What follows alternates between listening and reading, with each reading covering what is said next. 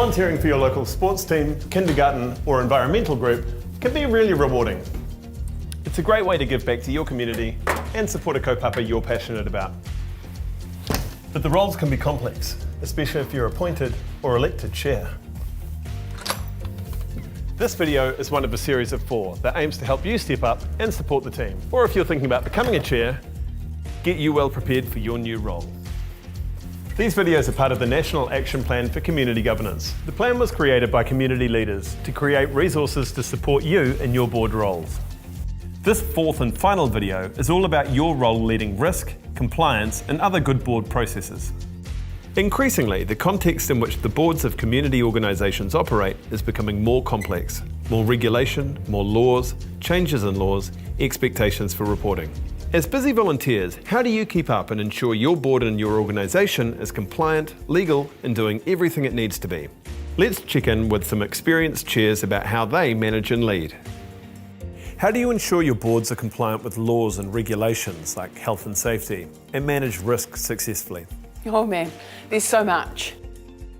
You know, there is so much that a board member must be over, and it's no longer a decent enough excuse to plead ignorance. You just can't. One, the law won't protect you in case of ignorance, and secondly, you're not doing your duty of care to the people that you're supporting, whether or not it's your staff, the vision or the kaupapa of the organisation, or the board that you are sitting with. It's actually not the board's job to do the compliance. It's the board's job to ask the questions and to make sure the processes are in place, and for management then to report to the board on what they're doing, and for the board to be suitably insightful and maybe even critical to then be able to evaluate what's happening. It's not the board's job to do it, that's the management job. So the board needs to just make sure those processes and systems are in place and to satisfy itself that they're operating effectively. And so you wouldn't be relying on the board to know the latest change to health and safety legislation, but the board does know to be asking questions about health and safety legislation and to be satisfied by the answers that you're getting back from the management. The way that I operate is that I definitely keep my ear to the ground, especially in media. I watch and see what's going on in the Select Committee, in particular Māori Select Committee, so I see what is quite critical issues that are facing Māori. Hey, I'm big on social media, so I watch and see like key Māori influencers and understanding what they are talking about so that I can stay abreast of critical issues. And Māori media, there's a lot of noise as well, so we just have to be really careful that any information that we are absorbing is in alignment with the strategic objectives that we're trying to achieve, and most importantly, to keep us abreast of what's happening in the near future. There are predictable, relatively standard risk matrices that boards should go through, and you need to bring your knowledge about the particular sector, the particular organisation to bear.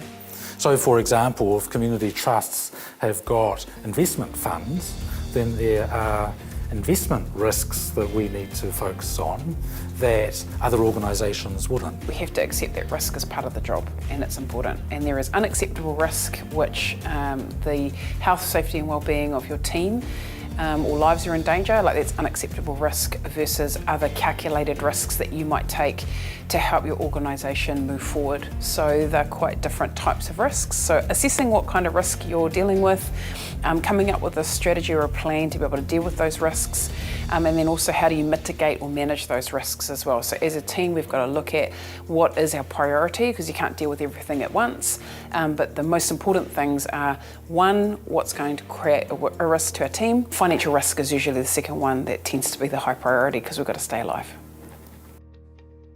Let's phone a friend, an expert in compliance and risk, to get his advice about how to stay on top. So what exactly are boards accountable for in terms of their accountability? The main one is to oversee and protect the organisation's purpose or vision, its values and its resources. So that's a really important part of the board's responsibility. The board is also responsible for representing the interest of the stakeholders actually that are affected by the organisation within the context of the purpose, and sometimes organisations forget that actually we've got a whole heap of people out there we report to. So how can chairs best support their boards to be compliant, manage risk well and be financially literate? I thought today I might just touch on 3 tools that I've both seen and helped with. So the annual work plan is simply, during the year, we will talk about risk, strategy, the annual financial statements, budgets, team management at certain times of the year, and that's built in. And so when you come to the meetings about that time, you'll have information. So that just builds in the habit. The second part is the board agenda itself. If you've built in the important elements that the board should be accountable for, looking ahead, risk, compliance, financials, you actually will deal with that, at least think about it each meeting, and you lock that into the board agenda. The third one is the checking in approach, or the sort of a bastardised Socratic method. So what I see good chairs doing is when we're having discussion, before a decision is made, a big one, they'll go around and touch base with everyone, Jim, Jill, Johnny, have you got anything else to say? I noticed you didn't. Is there anything you want to contribute? Do you need more time? And then you get to the end and say, right, we're making a decision now. Everyone's had a chance to talk or be heard, and that's really important.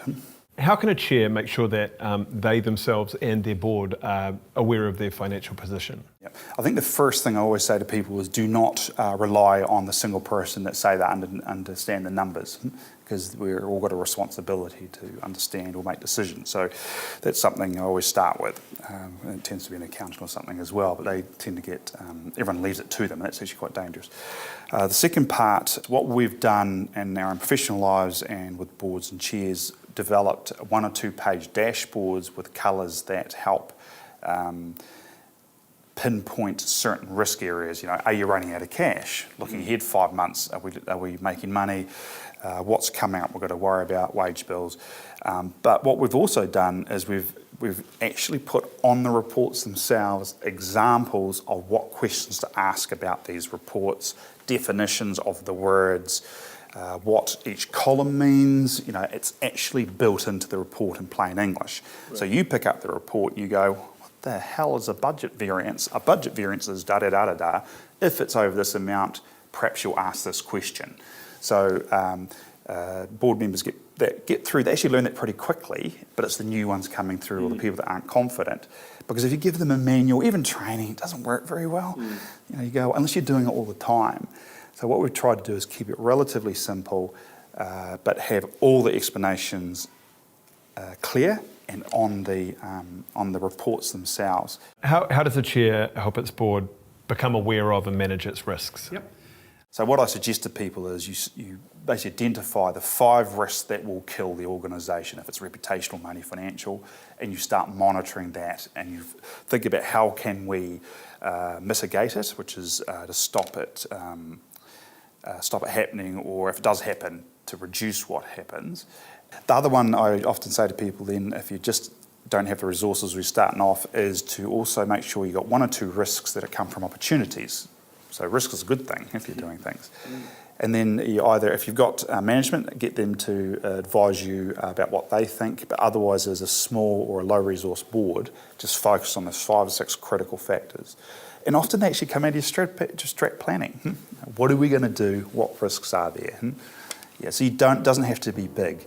I really caution NGOs not to be so hard on themselves. They do a bloody good job with bugger all resources, so just having some movement, covering off the really dangerous stuff, and some movement would always be my advice. Often it's the financials that seem the hardest. You can see your board or committee members' eyes glazing over when you bring up the finance report. But making sure that your board members understand the financial position of your organisation is critical. How do you ensure that your board understands its financial position? Oh, that's a good one.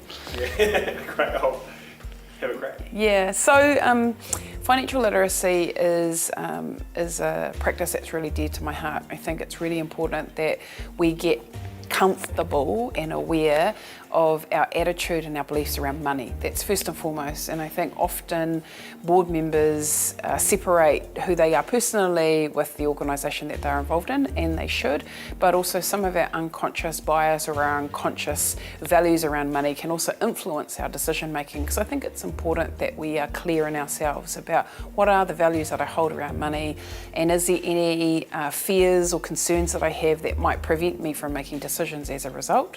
It's really important to have at least some people on a board who are sufficiently financially literate.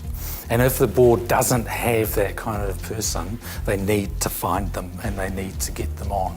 Our board has a finance committee of people who have a higher level of interest maybe than the general board members, and people on that committee are chosen for their sort of knowledge and expertise.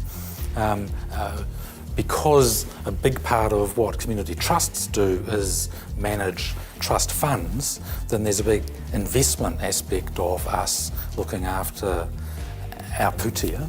We don't make those sorts of investment decisions ourselves as a board. We rely on expert advice.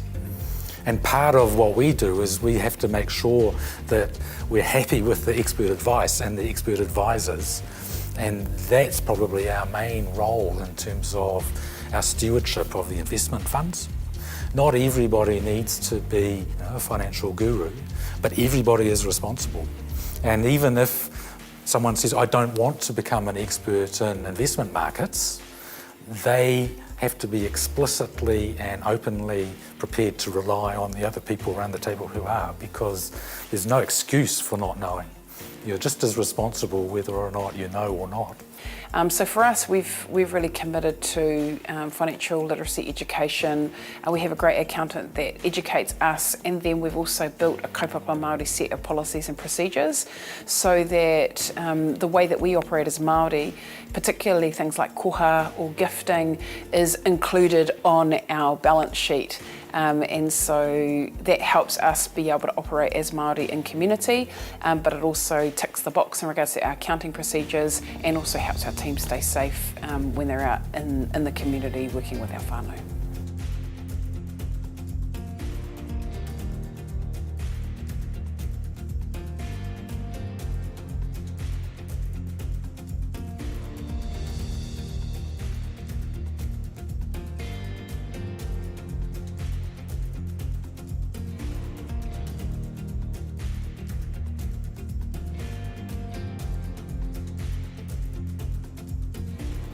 The content for these videos was created with the input of more than 30 experienced board chairs, based on their experiences and what they wished they knew when they got their first chair role.